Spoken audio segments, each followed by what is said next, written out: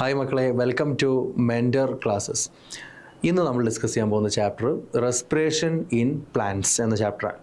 ബോട്ടണിയിൽ ഏറ്റവും വെയിറ്റേജ് കൂടിയ ചാപ്റ്ററുകളിൽ ഒരു ചാപ്റ്ററാണ് റെസ്പിറേഷൻ. മറ്റൊന്ന് ഫോട്ടോസിന്തസിസ് ആണ്, പ്ലാന്റ് കിങ്ഡം ആണ്. അതിൽ പെടുത്താൻ പറ്റുന്ന ചാപ്റ്റർ തന്നെയാണ് റെസ്പിറേഷൻ. റെസ്പിറേഷൻ ചാപ്റ്റർ തുടങ്ങുന്നതിന് മുന്നേ നിങ്ങൾ അറിയേണ്ട ഒന്ന് രണ്ട് കാര്യങ്ങൾ. ഒന്നാമത്തെ കാര്യം, റെസ്പിറേഷൻ ചാപ്റ്ററിൽ നമ്മൾ പഠിക്കാൻ പോകുന്നത് പ്യുവർ ബോട്ടണി അല്ല. ബോട്ടണിയുടെയും കെമിസ്ട്രിയുടെയും ഒരു കോമ്പിനേഷൻ ആയിട്ടാണ് നമുക്ക് ഈ ചാപ്റ്റർ കിട്ടിയിട്ടുള്ളത്. അപ്പോൾ ബയോ കെമിസ്ട്രിയുടെ ഒരു ടച്ചോട് കൂടിയാണ് ഈ ചാപ്റ്റർ ഉടനീളം നിങ്ങൾ മുന്നോട്ട് കാണുക. ഓക്കെ, അപ്പോൾ നമ്മളൊരു പഴയ പ്യുവർ ബോട്ടണിയിലെ റൂട്ട്, സ്റ്റെം, ലീഫ്, ഒരു പ്യുവർ ക്ലിയർ ബോട്ടണി ഫീൽ നിങ്ങൾക്ക് ഈ ചാപ്റ്റർ ഒന്ന് പ്രതീക്ഷിക്കരുത് എന്നുള്ളൊരു മുൻധാരണയോട് കൂടി മാനസികമായിട്ട് ഒരുങ്ങിയിട്ട് വേണം ഈ ചാപ്റ്ററിന് വേണ്ടിയിട്ട് ഇരിക്കാനും. Okay, ready? ഈ പറഞ്ഞതിൻ്റെ അർത്ഥം ചാപ്റ്റർ ടഫാണെന്നോ പഠിക്കാൻ ബുദ്ധിമുട്ടാണെന്നോ ഒന്നുമല്ല. ചാപ്റ്ററിനെ കാണേണ്ട പോലെ കാണണം, കൈകാര്യം ചെയ്യേണ്ട പോലെ കൈകാര്യം ചെയ്യണം. അപ്പോൾ സ്മാർട്ടായിട്ട് തന്നെ എന്ത് ചെയ്യുക, ചാപ്റ്ററായിട്ട് ഇടപെടുക, അത്ര മാത്രമേ ഉദ്ദേശിക്കുന്നുള്ളൂ കേട്ടോ. ഇനി ചാപ്റ്റർ നമ്മൾ തുടങ്ങുകയാണെങ്കിൽ റെസ്പിറേഷൻ ഇൻ പ്ലാന്റ്സ് എന്നുള്ള ചാപ്റ്ററിൽ നിങ്ങൾ ആദ്യം മനസ്സിലാക്കേണ്ട ചാപ്റ്ററുമായി ബന്ധപ്പെട്ട പോയിന്റ്, ഹെഡിങ് കേൾക്കുമ്പോൾ നമ്മൾ വിചാരിക്കും ഇൻ പ്ലാന്റ്സിൻ്റെ റെസ്പിറേഷൻ മാത്രമാണ് ചാപ്റ്ററിൽ പഠിക്കുക എന്നുള്ളൊരു വിചാരം, ഒരു തെറ്റിദ്ധാരണ വരാം. അപ്പോൾ അത് ആദ്യം തിരുത്തിയിട്ട് തുടങ്ങാം.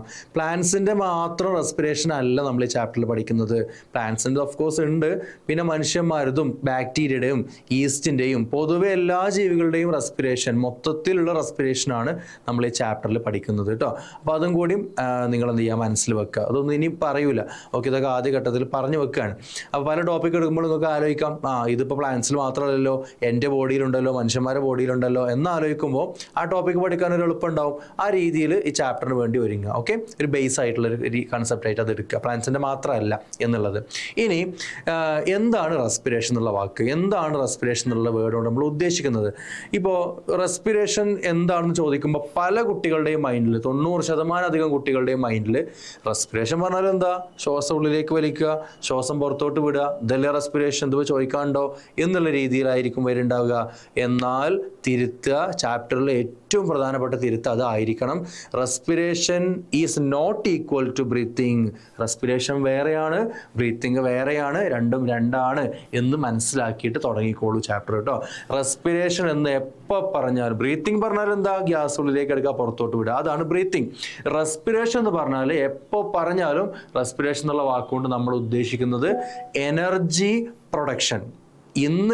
ഇന്നത്തെ ക്ലാസ്സിൽ ഏറ്റവും പ്രധാനപ്പെട്ട പോയിന്റാണ് പറഞ്ഞത് കേട്ടോ. റെസ്പിറേഷൻ എന്ന് പറഞ്ഞാൽ എന്താണ്, എനർജി പ്രൊഡക്ഷൻ. എനർജി ഉണ്ടാക്കുന്ന പരിപാടിക്ക് പറയുന്ന പേരാണ് റെസ്പിറേഷൻ. ഇത് മനസ്സിൻ്റെ അരുവിൽ എവിടെയെങ്കിലും വെച്ചോളൂ കേട്ടോ. ഇനി ഈ ചാപ്റ്ററിൽ എപ്പോൾ റെസ്പിറേഷൻ എന്നുള്ള വേർഡ് നമ്മൾ യൂസ് ചെയ്താലും അതുകൊണ്ട് നമ്മൾ ഉദ്ദേശിക്കുന്നത് എന്താണ്, എനർജി പ്രൊഡക്ഷൻ ആണ്. അപ്പോൾ ചാപ്റ്ററിൻ്റെ ലക്ഷ്യമായി എയിം കിട്ടി, എനർജി ഉണ്ടാക്കലാണ് ചാപ്റ്ററിൻ്റെ ലക്ഷ്യം. എനർജി കിട്ടിയ പ്രശ്നം തീർന്നു. അപ്പോൾ എയിമും കൂടി സെറ്റ് ചെയ്യുക, എനർജി ഉണ്ടാക്കലാണ്. ഓരോ ടോപ്പിക്ക് പഠിക്കുമ്പോൾ ആലോചിക്കുക, എനർജി ഉണ്ടാക്കണമല്ലോ എന്നുള്ള രീതിയിൽ ഓരോ ടോപ്പിക്കിനെയും നിങ്ങൾ എന്ത് ചെയ്യുക, നോക്കിക്കാണുക. ആ പോയിന്റ് ഓഫ് വ്യൂ എന്നിട്ട് വേണം ഓരോ ടോപ്പിക്കിനെയും കാണാൻ. ശരി, അപ്പോൾ എനർജി പ്രൊഡക്ഷൻ ആണ് റെസ്പിറേഷൻ എന്ന് പറഞ്ഞാൽ. ഇനി റെസ്പിറേഷൻ എന്നുള്ളതിൻ്റെ ഡെഫിനിഷനിലേക്ക് നമുക്ക് എത്തണം. അപ്പോൾ അതിൻ്റെ മുന്നേ എനർജി എന്നാണല്ലോ, എനർജി പ്രൊഡക്ഷൻ ആണല്ലോ റെസ്പിറേഷൻ. അപ്പോൾ എനർജിയുമായി ബന്ധപ്പെട്ട ഒരു ചർച്ച ഇങ്ങനെ തുടങ്ങി പതുക്കെ ഡെഫിനിഷനിലേക്ക് നമുക്ക് കയറാം കേട്ടോ. അപ്പോൾ എല്ലാവർക്കും അറിയുന്നൊരു ചോദ്യം ചോദിക്കാം. ഓക്കെ, കേൾക്കണേ, എല്ലാവർക്കും അറിയുന്ന ചോദ്യമാണ്, which is the ultimate source of energy? ഏതാണ് ഭൂമിയിലുള്ള എല്ലാവർക്കും ഉള്ള മെയിൻ സോഴ്സ് ഓഫ് എനർജി? ഏതാണ്? നിങ്ങൾ എല്ലാവരുടെയും മൈൻഡിലുണ്ട്, അതാരാണ്? സണ്ണാണ്, ഒരു സംശയമില്ല, സൺ. ഓക്കെ, സണ്ണിൽ എനർജി ഉണ്ട് മക്കളെ. സണ്ണിലുള്ള എനർജി ഏതാ സണ്ണിലുള്ള എനർജി? സണ്ണിലുള്ള എനർജി നമുക്കിപ്പോൾ നിങ്ങൾ ഫിസിക്സ് പഠിക്കുന്ന കുട്ടികളാണല്ലേ, പല ഫോം ഓഫ് എനർജി അറിയാം നിങ്ങൾക്ക്. ലൈറ്റ് എനർജി, ഹീറ്റ് എനർജി ഒക്കെ പറയാം, റേഡിയേഷൻ എനർജി ഒക്കെ പറയാം. നമ്മുടെ പോയിന്റ് ഓഫ് വ്യൂവിൽ ലൈറ്റ് എനർജി എടുക്കാം കേട്ടോ. ലൈറ്റ് എനർജി എടുക്കാം. ലൈറ്റ് എനർജി, സണ്ണിലുള്ള ലൈറ്റ് എനർജി എടുക്കാൻ, ക്യാപ്ചർ ചെയ്യാനുള്ള കഴിവ് എനിക്കോ നിങ്ങൾക്കോ ഉണ്ടോ? ഒരിക്കലുമില്ല. അത് ആർക്കേ ഉള്ളൂ? പ്ലാന്റ്സിനേ ഉള്ളൂ. നിങ്ങൾക്കറിയാം. അപ്പോൾ ലൈറ്റ് എനർജി എടുക്കുന്ന ആളിവിടെ എഴുതി വെക്കാം, പ്ലാന്റ്സ്. എല്ലാവർക്കും അറിയുന്ന കാര്യമാണ്. നമ്മൾ പതുക്കെ ചാപ്റ്ററിലേക്ക് കാലെടുത്ത് വെക്കുകയാണ് കേട്ടോ, കേട്ടിരിക്കണേ. ലൈറ്റ് എനർജി പ്ലാന്റ്സ് എടുക്കും, എന്നിട്ട് പ്ലാന്റ്സ് പ്രധാനപ്പെട്ട ഒരു പരിപാടി നടത്തും. അതും എല്ലാവർക്കും അറിയാം. ഏതാണ് പ്രധാനപ്പെട്ട പരിപാടി? It is photosynthesis. ചെറിയ ക്ലാസ്സുകളിൽ നമ്മൾ പഠിച്ചതാണ്. നമുക്ക് ഇക്കൊല്ലം ചാപ്റ്റർ തന്നെ പഠിക്കാനുണ്ട് അല്ലേ? ഫോട്ടോസിന്തസിന്റെ മലയാളമൊക്കെ നമുക്ക് അറിയാം, പ്രകാശ സംശ്ലേഷണം എന്നൊക്കെയാണ് പറഞ്ഞത്. അപ്പോൾ ഫോട്ടോസിന്തസിൽ നിന്നുള്ള ഗംഭീര പരിപാടി പ്ലാന്റ്സ് നടത്തും. ഫോട്ടോസിന്തസിസ് വഴി പ്ലാന്റ്സ് എന്താ ഉണ്ടാക്കുക? ഫോട്ടോസിന്തസിസ് വഴി പ്ലാന്റ്സ് ഉണ്ടാക്കുക ഫുഡാണ്, അതും എല്ലാവർക്കും അറിയാം. ഓക്കെ, പ്ലാന്റ്സ് ഫുഡ് ഉണ്ടാക്കും, ഫുഡ്. ഓക്കെ, ഇനി നിങ്ങളോട് ചോദ്യം ചോദിക്കാം. റെസ്പിറേഷൻ പറഞ്ഞാൽ എന്താ? ശ്വാസം വലിച്ചു വിടുന്ന പരിപാടിയല്ലേ? അല്ല അല്ലേ? അല്ല. ഓക്കെ, എന്താണ് റെസ്പിറേഷൻ എന്ന് പറഞ്ഞാൽ? എനർജി പ്രൊഡക്ഷൻ ആണ്, എനർജി ഉണ്ടാക്കുന്ന പരിപാടിയാണ്. അപ്പോൾ എനർജി ഉണ്ടാക്കുന്ന പരിപാടിയാണ് റെസ്പിറേഷൻ എന്ന ബോധത്തോടു കൂടി ഈ ചോദ്യം നേരിട്ടോ, ചോദ്യം കേട്ടോ. സാധാരണ രീതിയിൽ എനർജി കിട്ടാൻ നമ്മളൊക്കെ എന്താ ചെയ്യുക? ഞാനും നിങ്ങളൊക്കെ എന്താ ചെയ്യുക? എനർജി കിട്ടാൻ എന്താ ചെയ്യുക? ഫുഡ് കഴിക്കും, സംശയമൊന്നുമില്ല. ഫസ്റ്റ് തന്നെ മൈൻഡിൽ അതായിരിക്കും വന്നിട്ടുണ്ടാകുക. ഫുഡ് കഴിക്കും, ഫുഡ് കഴിച്ചാൽ എനർജി കിട്ടും, ഇത് എല്ലാവർക്കും അറിയുന്ന കാര്യമാണ്. ഫുഡ് കഴിച്ചാൽ എനർജി കിട്ടും, ഒരു സംശയവുമില്ല. ഓക്കെ, ഫുഡ് കഴിച്ചാൽ എനർജി കിട്ടും എന്ന് പറഞ്ഞാൽ അതിൻ്റെ അർത്ഥം എന്താ? ഫുഡിൽ എനർജി ഉണ്ട് എന്നല്ലേ? ഓക്കെ, ഞാൻ ബ്രാക്കറ്റ് തുറക്കുകയാണേ. ഫുഡിൽ എനർജി ഉണ്ട്. ഫുഡിലുള്ള എനർജി ഏത് എനർജിയാ? Light energy, heat energy, potential, പല ടൈപ്പ് ഓഫ് എനർജി അറിയാം നിങ്ങൾക്ക്. ഏത് എനർജിയാണ് ഫുഡിലുള്ളത്?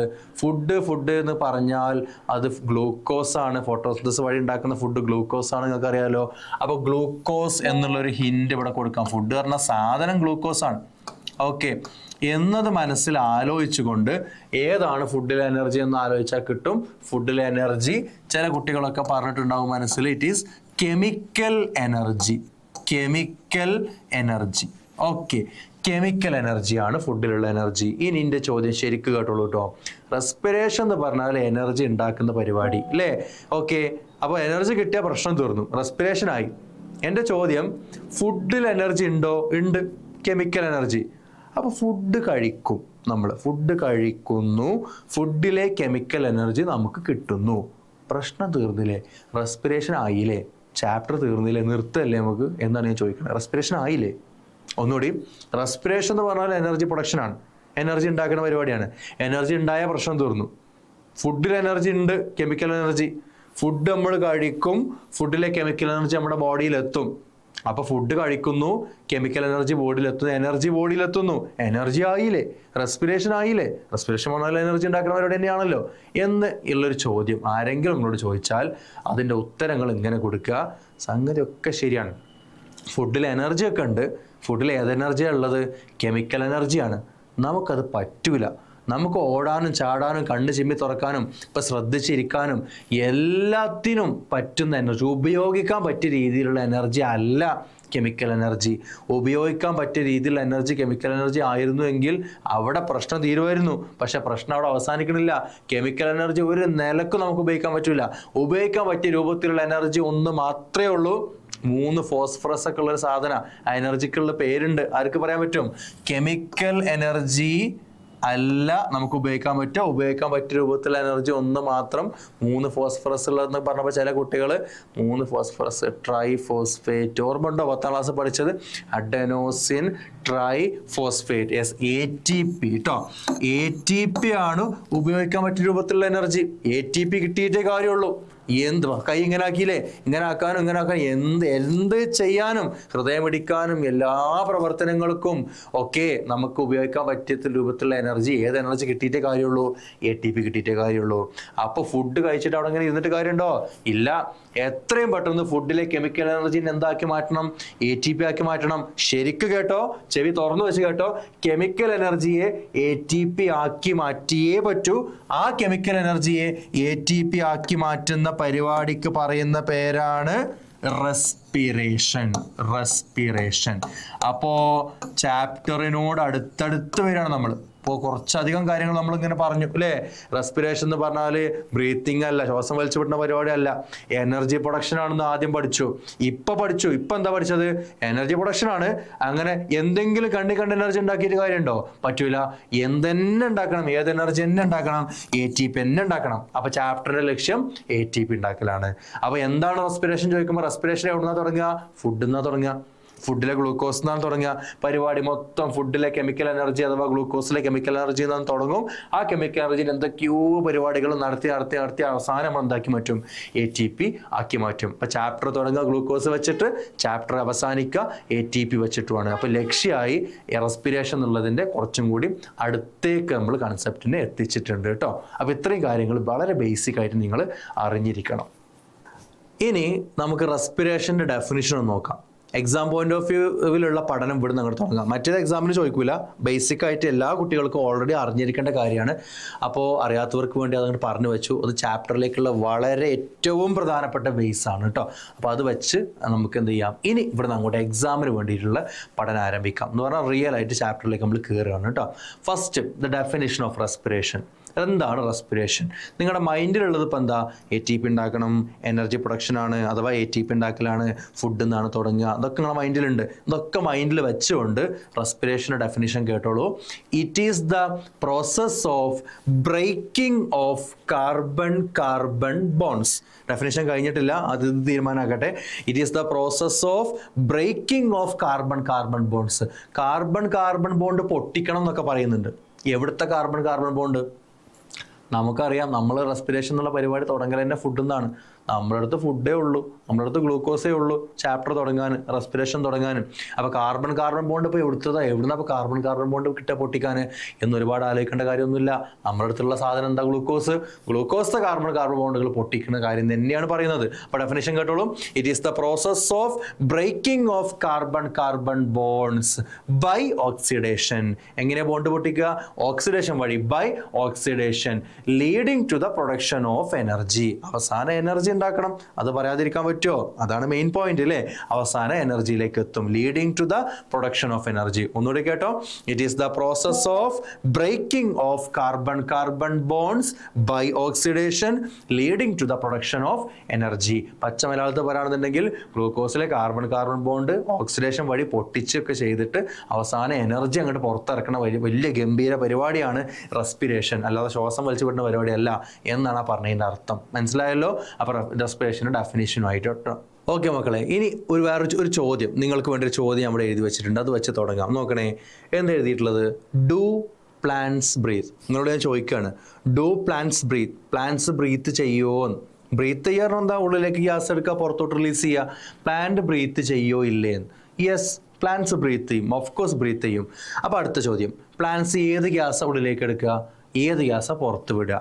ഓക്കെ, അപ്പോൾ അങ്ങനെ ഒരു ചോദ്യം വന്നാൽ നമ്മുടെ മൈൻഡിൽ ഇപ്പോൾ എന്താ വരുന്നത്? കാർബൺ ഡൈ ഓക്സൈഡ് ഉള്ളിലേക്ക്, ഓക്സിജൻ പുറത്തോട്ട് ആണോ? അതോ ഓക്സിജൻ ഉള്ളിലേക്ക്, കാർബൺ ഡൈ ഓക്സൈഡ് പുറത്തോട്ട് ആണോ? ഏതാണ് ഗ്യാസ് ഉള്ളിലോട്ട് പുറത്തോട്ട് വിടുക? ഇങ്ങനെ ഒരാളുകളോട് ചോദിക്കുകയാണ്, ഏത് ഗ്യാസാണ് പ്ലാന്റ് ഉള്ളിലോട്ട് എടുക്കുക, ഏത് ഗ്യാസാണ് പുറത്തോട്ട് വിടുക എന്നൊരാളുകളോട് ചോദിച്ചാൽ നിങ്ങൾ അയാളോട് തിരിച്ചു ചോദിക്കണം, നിങ്ങളെന്താ ഉദ്ദേശിക്കുന്നത്? ഫോട്ടോസിന്തസിൻ്റെ സമയത്തുള്ള ബ്രീത്തിങ് ആണോ അതോ റെസ്പിറേഷന് വേണ്ടിയിട്ടുള്ള ബ്രീത്തിങ് ആണോ എന്നുള്ളത് ചോദിക്കണം. രണ്ട് ടൈപ്പ് ഓഫ് ബ്രീത്തിങ് ഉണ്ട്. ഫോട്ടോസിന്തസിൻ്റെ സമയത്തുള്ള ബ്രീത്തിങ് നോക്കട്ടോ, ഈ വേർഡ് രണ്ട് ടൈപ്പിലാണ് ബ്രീത്തിങ്. ഫോട്ടോസിന്തസിന് വേണ്ടിയിട്ടുള്ള ബ്രീത്തിങ് ആണെങ്കിൽ നമ്മളൊക്കെ ചെറിയ ക്ലാസ്സിൽ പഠിച്ച പോലെ തന്നെ കാർബൺ ഡൈ ഓക്സൈഡ് ഉള്ളിലോട്ടും ഓക്സിജൻ പുറത്തോട്ടും റിലീസ് ചെയ്യും. ഓക്കെ, ഇനി അതല്ല റെസ്പിറേഷൻ എന്ന എനർജി ഉണ്ടാക്കുന്ന പരിപാടിക്ക് വേണ്ടിയിട്ടുള്ള ബ്രീത്തിങ് ആണെങ്കിൽ നമ്മൾ മനുഷ്യന്മാരെ പോലെ തന്നെ പ്ലാന്റ്സ് ഓക്സിജൻ ഉള്ളിലോട്ട് എടുക്കും, കാർബൺ ഡൈ ഓക്സൈഡ് പുറത്തോട്ട്. ഓക്സിജൻ ഉള്ളിലോട്ട് എടുക്കും, കാർബൺ ഡൈ ഓക്സൈഡ് പുറത്തോട്ടും വിടും. അപ്പോൾ പ്ലാന്റ് ഏത് ഗ്യാസാണ് ഉള്ളിലോട്ട് എടുക്കുക, ഏത് ഗ്യാസാണ് പുറത്ത് വിടുക എന്ന് ചോദിച്ചാൽ പ്ലാന്റ് രണ്ട് ഗ്യാസും ഉള്ളിലോട്ട് എടുക്കും, രണ്ട് ഗ്യാസും പുറത്തും വിടും, അക്കോർഡിംഗ് ടു ദ സിറ്റുവേഷൻ അനുസരിച്ച് കൈകാര്യം ചെയ്യും കേട്ടോ. അപ്പോൾ സിറ്റുവേഷൻ എന്ന് പറഞ്ഞാൽ ഏതാ? ഒന്നുകിൽ ഫോട്ടോസിന്തസിൻ്റെ സിറ്റുവേഷൻ അല്ലെങ്കിൽ റെസ്പിറേഷൻ്റെ സിറ്റുവേഷൻ. അതിനനുസരിച്ചാണ് പ്ലാന്റ്സ് ഗ്യാസ് ഏത് എടുക്കണം, ഏത് പുറത്ത് വിടണമെന്ന് തീരുമാനിക്കുക.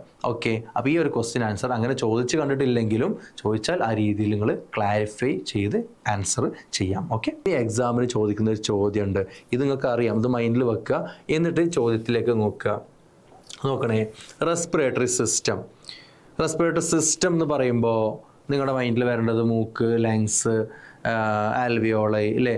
അത്തരം റെസ്പിറേറ്ററി സിസ്റ്റം നമ്മൾ മനുഷ്യന്മാർക്ക് ഓഫ് കോഴ്സ് ഉണ്ട്, അഥവാ ആനിമൽസിനുണ്ട്. അപ്പം തന്നെ അടുത്തത് കേട്ടോ, പ്ലാന്റ്സിന് റെസ്പിറേറ്ററി സിസ്റ്റം ഇല്ല.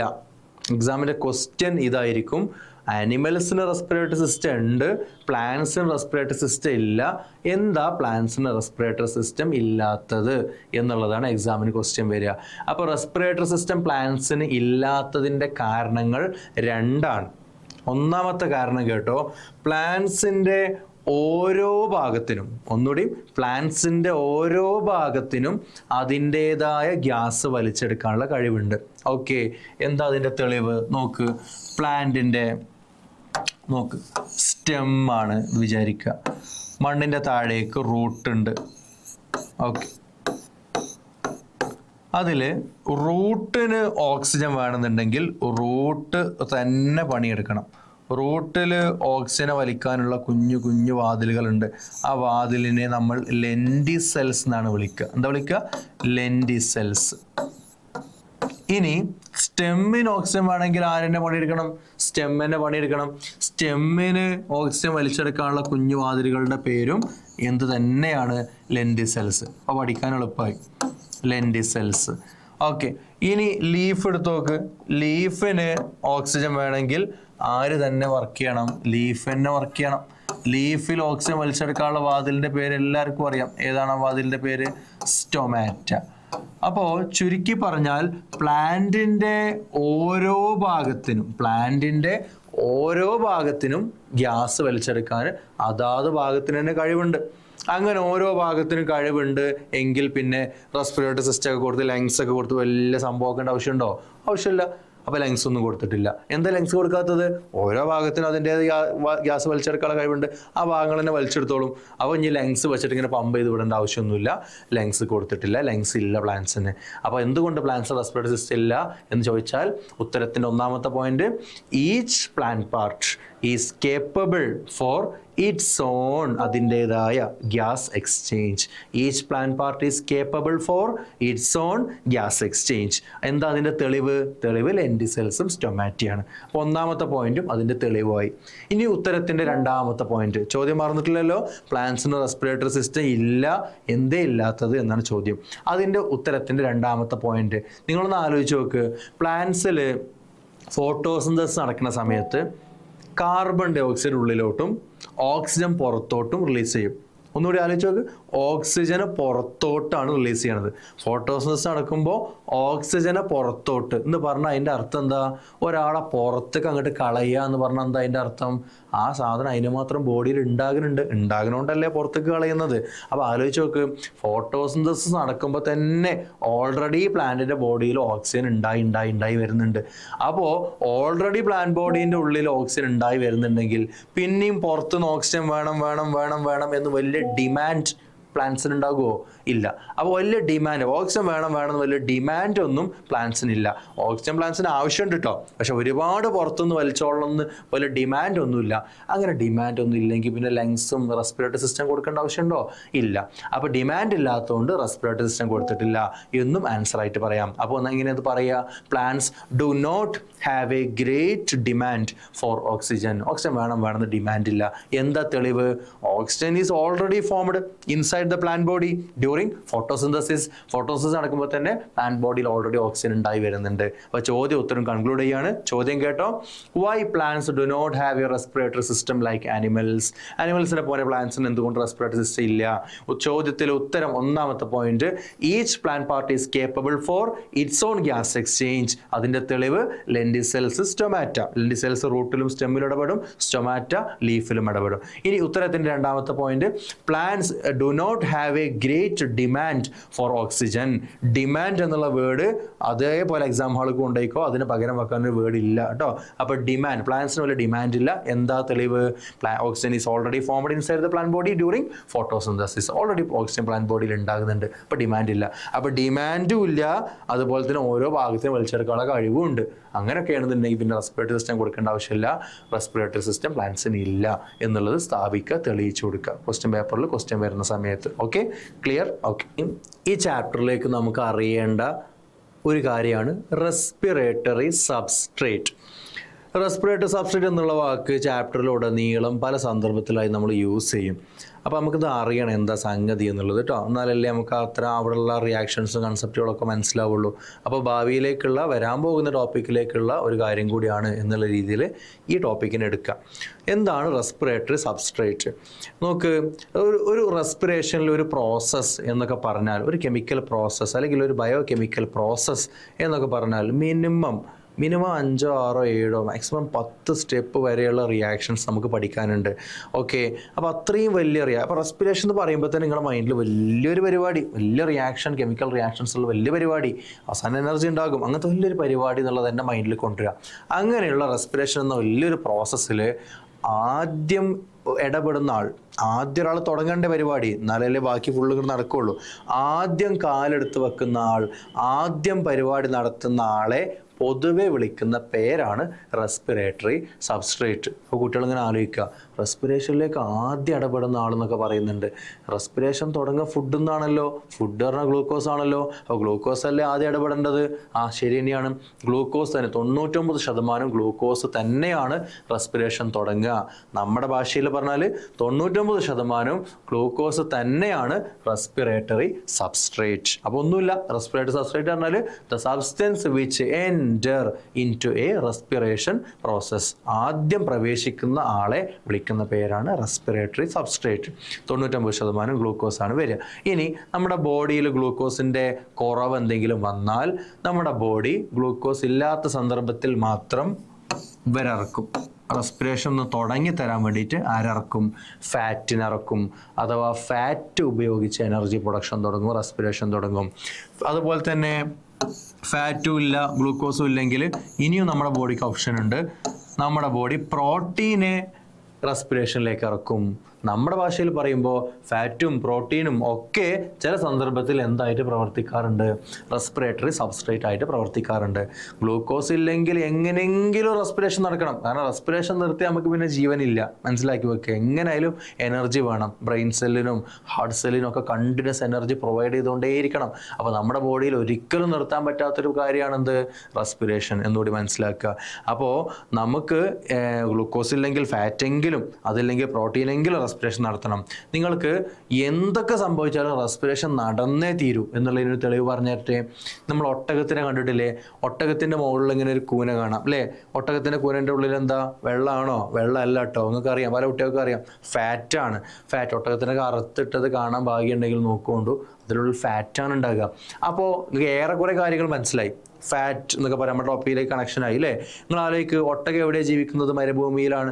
മരുഭൂമി എന്ന് പറഞ്ഞാൽ അത്ര എന്താ പറയുക, യോജിച്ച കാലാവസ്ഥ സന്ദർഭമല്ല. ഒട്ടകത്തിന് എപ്പോഴെപ്പോഴും ഫുഡ് കിട്ടിക്കൊള്ളുന്നുണ്ടോ? ഇല്ല. ഫുഡ് പറയുമ്പോൾ ഗ്ലൂക്കോസ് ആണ് കേട്ടോ സാധനം, അതും ആലോചിക്കുക. അപ്പോൾ ഗ്ലൂക്കോസ് ഫുഡ് ഒട്ടകത്തിന് എപ്പോഴും കിട്ടാറില്ല, ഗ്ലൂക്കോസിന് അവൈലബിലിറ്റി കുറയാം. അപ്പോൾ അത്തരം സന്ദർഭത്തിൽ എന്നാൽ 2 ദിവസം റെസ്പിറേഷൻ നിർത്തി വെക്കാം? അങ്ങനെ പറ്റുമോ? പറ്റൂല. അപ്പോൾ എങ്ങനെയെങ്കിലും റെസ്പിറേഷൻ നടത്തണം. അപ്പോൾ ഒട്ടകം എന്ത് ചെയ്യും? നമ്മളൊക്കെ വിചാരിച്ച പോലെ തന്നെ ആ കൂനയുടെ ഉള്ളിൽ സ്റ്റോർ ചെയ്ത് വെച്ചിട്ടുള്ള ഫാറ്റിനെ എടുത്തിട്ട് റെസ്പിറേഷൻ നടത്തും എന്ന് പറഞ്ഞാൽ നമ്മൾ എന്താ മനസ്സിലാക്കേണ്ടത്? എന്തൊക്കെ സംഭവിച്ചാലും ശരി, റെസ്പിറേഷൻ മുന്നോട്ട് പോകണം.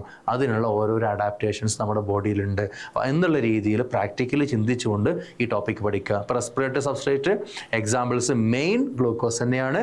കുടുങ്ങിയ ഫാറ്റ് വരും, അതിലും രക്ഷയില്ലാന്നുണ്ടെങ്കിൽ പ്രോട്ടീനും വരും. 3 എക്സാമ്പിൾസ് റെസ്പിറേറ്ററി സബ്സ്ട്രേറ്റ് നമ്മൾ പഠിച്ചിട്ടുണ്ട് കേട്ടോ. അപ്പോൾ ഈ ടോപ്പിക്ക് വെച്ചിട്ടൊരു കുഞ്ഞു മാത്തമാറ്റിക്കൽ പ്രോബ്ലം, ഒരു ഇക്വേഷൻ, ഒരു അത്തരത്തിലുള്ളൊരു ക്വസ്റ്റ്യൻ ആൻസർ സെഷൻ ഈ ചാപ്റ്ററിൻ്റെ അവസാനത്ത് നമുക്ക് കാണാനുണ്ട്. അപ്പോൾ അവിടേക്കും കൂടിയുള്ള ടോപ്പിക്കാണെന്ന് മനസ്സിലാക്കുക കേട്ടോ. അപ്പോൾ റെസ്പിറേറ്ററി സബ്സ്ട്രേറ്റ് ക്ലിയർ ആണെന്ന് വിചാരിക്കണം.